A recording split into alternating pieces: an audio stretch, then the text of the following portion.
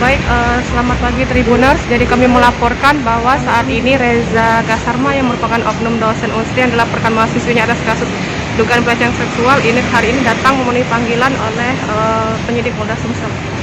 Reza adalah pria yang menggunakan baju kemeja biru ini. Dalam rangka apa lagi Pak? Ini dalam rangka pemanggilan sebagai saksi. Ya, walaupun surat panggilan ini baru diterima oleh klien saya pukul 7 malam tadi, cuman karena klien saya kooperatif, kita hadiri, ya, sebagai saksi.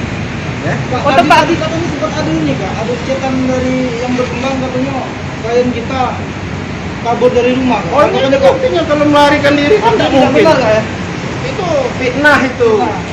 Untuk Pak Reza sendiri siap Pak menjalani pemeriksaan hari ini? Siap Pak. Insya Allah lah ya, tolong doa saja. Oke. Ya, oke, makasih ya.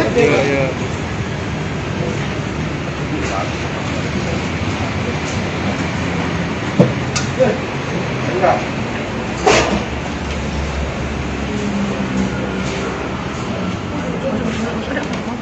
Serius?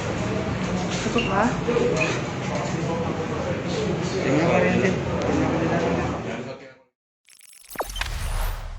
Jangan lupa subscribe, share, komen, dan like ya.